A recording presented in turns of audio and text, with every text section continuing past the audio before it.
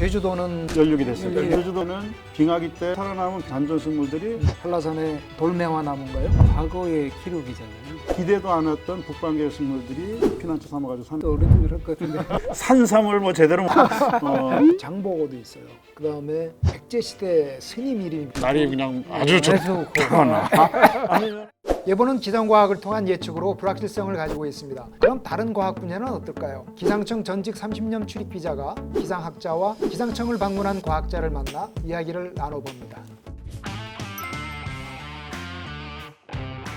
빙하기 때 북방계 식물들이 우리나라 전체를 덮었었잖아요. 그러고 나서 따뜻해지면서 기온이 올라가면서 이제 차츰 사라져서 피난처를 찾았죠. 그래서 한라산도 높고 네. 화구 벽이 있잖아요. 그런 조건이 식물이 볼 때는 극한 환경하고 비슷하게 여겨졌기 때문에 돌매나무, 안매라고도 하는데 한라산에 이제 살아남은 거죠. 빙하기 잔존식물들이 이렇게 이제 높은 산에도 남아 있고요. 또 하나는 제가 한 20년 가까이 열심히 들여다보는 지역이 석회암 지역이에요. 그러니까 낮은데도요? 네, 석회암지대의 환경이 물빠짐이 굉장히 강하거든요. 그래서 거기에 굉장히 새롭고 기대도 않았던 북방계 식물들이 피난처 삼아가지고 사는 것들이 속속 발견되고 있고요. 네. 그게 재밌네요. 두 분야가 또 공통점이 관측에서 시작을 하는 점이 같습니다. 맞습니다. 그래서 왜 중요하죠? 관측이라고 하는 건 과거의 기록이잖아요. 날씨가 어떻게 변해 왔다 볼 수가 있는 것들이고 그 변화상을 통해 기후 변화가 어느 형태로 일어날 수가 있을 것이다 미래를 예측이 가능한 기본적인 어떤 데이터를 제공을 해주는 게 첫 번째 이유고요. 두 번째는 예보 측면에서 현재 날씨를 판단하는 굉장히 중요한 요소로 기상학에서는 사용을 하고 있습니다. 네.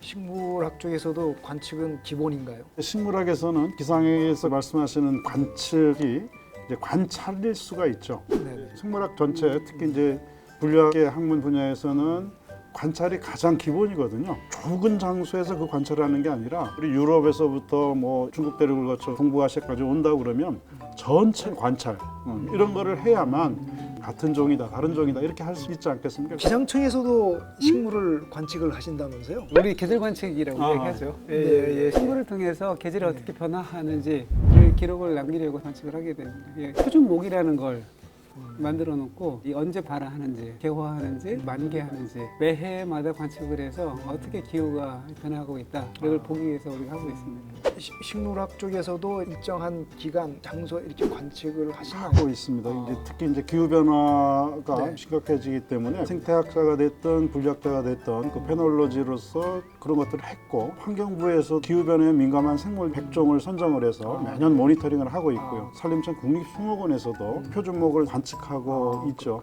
관측을 한 결과 어떻습니까? 나무 같은 경우에는 겨울눈이 지상에 있잖아요. 그래서 기상 변화에 굉장히 민감할 수가 있어요. 봄이 일찍 오면은 빨리 개화한다든가. 그런데 이제 꽃눈이 지하에 있던 이런 풀들조차도 한꺼번에 막 그냥 두서없이 피는 현상들이 몇 해째 지금 관찰이 되고 있어서 어리둥절한 상태입니다. 지금. 식물도 어리둥절할 것 같은데 본인들도 어리둥절할 것 같은데. 기상 쪽에서도 그런 것이 관측이 되나요? 네, 이제 관측이 되고 있습니다. 그래서 벚꽃 피는 시기가 당겨지고 특히 어떤 그 과수들의 수분기가 좀 빨라지는 경향이 있잖아요. 여기서 문제가 3월달, 4월달에 그 샘추위라고 하는 네, 부분들이 맞습니다. 한 번씩 내려오잖아요. 냉해를 입는 거죠. 냉해 피해가 가면 갈수록 좀 증가를 오히려 하고 있는 그런 추세입니다. 곤충이 꽃가루 바지를 해줘야 되는 식물 같은 경우에는 곤충은 안 나왔는데 미리 펴버리면 열매를 못 맺을 수도 있잖아요. 그래요. 과거의 환경은 벚꽃놀이를 저희 했잖아요. 어렸을 때 밤벚꽃놀이 했잖아요. 네네, 가봤던 그게 기억납니다. 1930년대 5월에 개화를 해요. 신문 기사들에 다 나와 있거든요. 지금은 3월 말에 피잖아요. 진짜 빨라진 거예요. 요즘 대구 사과 뭐 이런 말이 옛말이 됐듯이 충청도 심지어는 이제 강원도에서도 사과 농사가 되고 하는데 또 좋아지는 측면도 있는 거 아닌가요? 기후 변화가 일어나면 이제 식물계에 어떤 일이 일어나느냐. 식물은 곤충처럼 새처럼 날개가 네. 있거나 그러지 않기 때문에 네. 굉장히 더디게 옮겨가요. 그래서 동백나무 숲이 서울에 저절로 생긴다. 이런 일들은 우리가 예측할 수 없는 그 정도로 이제 롱텀에 생길 텐데 빨리 변하는 게 있어요. 지금 말씀하신 것처럼 재배하는 것들, 네. 원회적으로 심는 거 이런 것들은 금방 변하거든요. 나무나 여러 해살이 풀들보다 한 해살이 풀들은 한 해 씨앗을 왕창 만들고서는 이 뿌리까지 죽는 거예요. 그러면 얘는 새로운 발화가 일어나야만 개체들이 생기는 건데 이게 이동할 찬스가 훨씬 더 좋은 거예요.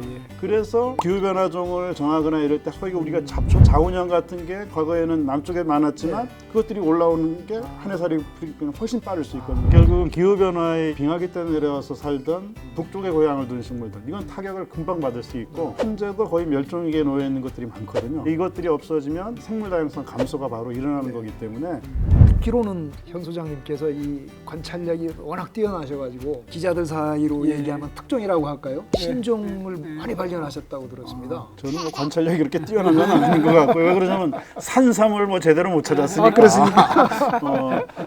식물은 연구 역사가 깊기 때문에 신종을 찾기가 그렇게 쉽지는 않습니다. 신종이라는 건 세계적으로 처음 발견되는 거고요. 예.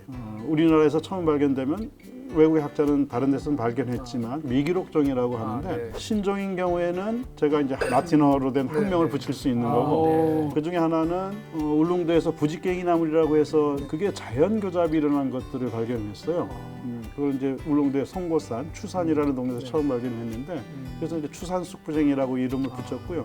지금은 뭐 국립생태원이나 여러 군데서 증식을 많이 꽃이 예뻐서 그 5종인가를 이제 신종을 발견했고요. 미기록종들은 조금 좀 더 많이 했어요. 영덕군에 있는 산에 큰 규모로 산 한 해발 600m 지역의 국화과 식물이었는데 국화과 식물은 종분화도 최근 활발하게 일어나고 또 유사한 식물들이 많기 때문에 섣불리긴 신종이다 못하는데 우리나라에 없는 것만은 확실해요. 그래가지고 이제 여러 문헌을 찾고 주변 국가의 식물지도 찾아보고 여러 가지를 하는데 없어요. 그래서 야 이건 혹시 신종? 발표해도 될까 하는 찰나에 아주 작은 문헌이었는데 나와 있는 거예요. 아깝다. 이건 신종은 아니고 우리나라 미기록종인데 그것도 굉장히 특이한 거예요. 중국에도 일부 지역에만 자라는 희귀식물인데 우리나라 영덕의 산지에 와서 자라는 걸 해서 그건 이제 최근에 발표를 했습니다. 영덕치라는 이름으로. 소행성은 발견자가 자기 이름을 붙이기도 하지만 장보고도 있어요. 해상왕 장보고. 그다음에 관리라는 백제시대 스님 이름이 붙어 있는데 그거는 또 신기하게 일본 천문학자가 붙였습니다. 처음으로 일본의 천문학을 전한 스님이 관리라는 스님이래요. 저희들한테도 생소한 이름인데 학명할 때 그 본인 다른 사람 이름도 붙일 수 있나요? 식물의 학명은 세 가지 구성 요소로 맨 앞에 속명, 이름의 성씨 같은 건데 네네. 속명이 있고 그 다음에 이제 종소명이라는 게 두 번째 붙은 단어예요. 네. 소문자로 쓰면서 라틴어 형용사예요. 이제 학명은 라틴어로 쓰는 이유는 사어기 때문에 변하지가 않아서 하는데 그렇군요. 그리고 세 번째 단어가 발견자 이름입니다. 아까 제가 신종호를 발견하면 네. 현진호라고 뒤에다 붙일 수 있는 겁니다. 네. 그렇게 해서 들어가는 이름이 있고요. 그거 말고 속명이나 종소명 네. 첫 번째 단어나 두 번째 단어에도 들어갈 수가 있어요. 이제 권고사항으로 명명 규약이 굉장히 까다롭거든요. 최근에 우리나라에서 새로운 석이 발견됐는데 그거를 이제 다른 이름으로 붙여도 되지만 라틴어화한 사람 이름을 붙였어요. 제주도 곶자월에서 발견된 제주고사리삼이라는 식물이 있는데 이 식물이 우리나라에 비슷한 종 속도 없는 거예요. 그래서 학자들이 새로운 속으로 명명하면서 만규야라고 붙었어요. 만규 사람 이름 같죠? 사람, 예. 우리나라 최초의 양치식물 연구하신 학자분이세요. 제주고사리삼이 양치식물이거든요. 그래서 혹시 기상학에서 미테오롤로지컬 캔서라고 하는데 기상학적인 암 뭐 이런 식으로 해서 암을 바로 발견할 수 없으니까 큰 규모부터 시작을 해서 차근차근 여기가 좀 이상한 것 같은데 그러면 저기를 좀 더 보게 되고 아 여기 암이 있구나를 발견을 하게 되는데 그 암적인 요소가 발생을 하게 되면 바로 유해 단계에 또 영향을 줘요. 서로 간에 상호작용이 굉장히 강해서 단독 존재하지는 않는데 생물학에서 보면 우리 어떤 종이나 이 속이 단독으로 존재를 하는 것들이잖아요. 굉장히 의외성이에요. 굉장히 의외성이 크네요. 그래서 이제 과거에는 학자들도 많지 않고 우리 교통수단도 없었고 외부에 나가서 연구라는 게 많지 않았기 때문에 발견을 못했는데 최근에 말씀하신 것처럼 소규모로 이슬이라고 생각하지 않았던 것 그런 것들이 속속 발견되고 있고요. 거기에 특별한 역할을 하는 분들이 이제 준분리학자, 그러니까 식물의 구별에 관심이 있는 분들이 언제라도 전국을 카메라 하나 들고 다니기 때문에 그분들부터 얻는 정보도 굉장히 많습니다. 그래서 식물분리학이나 이런 학문은 같이 합니다. 중요한 국장님께서는 좀 민감한 하나 있습니다. 현 박사님 현장 조사 나가실 때 일기예보 참고를 하시지요? 제일 중요하죠. 야외 조사 출장 딱 잡히면 네. 일단 일기예보를 제일 먼저 해서 네, 아이고, 30여 년간 조금 좀 찔리는데요. 어땠습니까? 기상청이 뭐 네. 예보 적중률도 높이고 노력해왔잖아요. 네. 그래서 뭐 믿고 보는데 어떨 때는 특히 이제 여름 소나기성 강우는 비가 온다고 해서 안 갔는데 날이 그냥 아주 좋거나 아니면 비 예보가 없어서 갔는데 이게 좀 저거 한다든가. 근데 이제 저희가 하는 데가 산 꼭대기나 아니면 저희도 이제 무인도 조사를 오랫동안 많이 했는데 이런 데들은 또 예보가 조금 다르잖아요, 다른 데하고. 네. 그래서 이제 그런 데 갔을 때는 예보만이 아니고 현장에 가서 참고해서 하고요. 웬만한 건 또 비 맞고 다니고요. 그렇죠. 그래서 변명에 변명 시간을 드리겠습니다. 변을 하면 그 현수장님이 다니는 그 길목이 관측 자료가 별로 없는 무인도, 변화가 불쌍한 산악수영, 사실 예보에서도 난지에 들어가는 부분들이고, 그 무인도 같은 경우는 조그마한 섬들이기 때문에 수제부라고 하는 데 있잖아요. 네. 그 요소에서 이게 바다로 처리가 되는 것들이에요. 아. 예. 그렇기 때문에 기온이든 풍향이든 해류든 이런 부분들이 가장 사람 많는 곳이 무인도고요. 그리고 높은 산에 관측 자료 거의 없잖아요. 그러다 보니까 산악 기상이 특별하게 부탁을 전화를 제가 드려야 될 것 같아요. 좀 더 좋은 정보를 얻을 수 있나요? 다니시면서 그때 기상이라고 알려주시면 오히려 이때는 이렇게 봤는데 이 기상이 굉장히 다르구나라는 걸 판단하는 근거가 되지 않을까 식물 싶습니다. 분류학자들하고 식물 예. 생태학자들하고 필드 나가시는 분들하고 예, 기상청하고 면밀하게 하면 예. 충분히 가능하겠네요. 정보 수집하는 데 있어서는 그게 필요할 것 같습니다.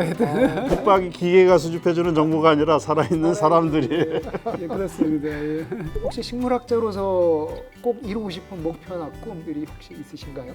모든 사람들이 보고 식물을 구분할 수 있는 우리 식물이 전체 망라된 네. 큰 도감. 우리 이제 해방 이후에 4분 정도가 그런 큰 도감을 만드셨는데 네. 5번째로서 해보고 싶은 생각이 있습니다. 네. 응원하겠습니다. 고맙습니다. 오늘 많은 말씀을 나눴는데 예. 말씀을 나누고 나서 각 분야에 대해서 어떤 생각들을 하게 되셨는지 확실히 이 날씨랑 연관돼서 식물이 같이 연계가 됐다고 하는 것이 굉장히 좀 흥미로웠고요. 날씨에서 우리가 느끼는 요소들 또 느끼는 감정들이 거의 비슷하게 현수장님도 갖고 계시는구나라고 하는 공감대를 많이 형성할 수 있었던 것 같습니다. 네. 저도 공감대는 예. 확실하게 이제 느낀 것 같고요. 기상하고 기후하고 또 이 식물의 생장이나 분포 이런 것들이 이제 정말 밀접하게 관계가 있고 그런 것들에 대해서 실질적으로 느끼고 같이 말씀 나눌 수 있어서 아주 좋았습니다. 우리의 일상을 더 아름답게 더 안전하게 하는 그 두 분야의 과학자분들하고 말씀을 나눴습니다. 두 분의 노력이 햇살이 좋은 날 예쁘게 피는 꽃처럼 피기를 기원하면서 오늘 이야기를 마치겠습니다. 감사합니다. 감사합니다.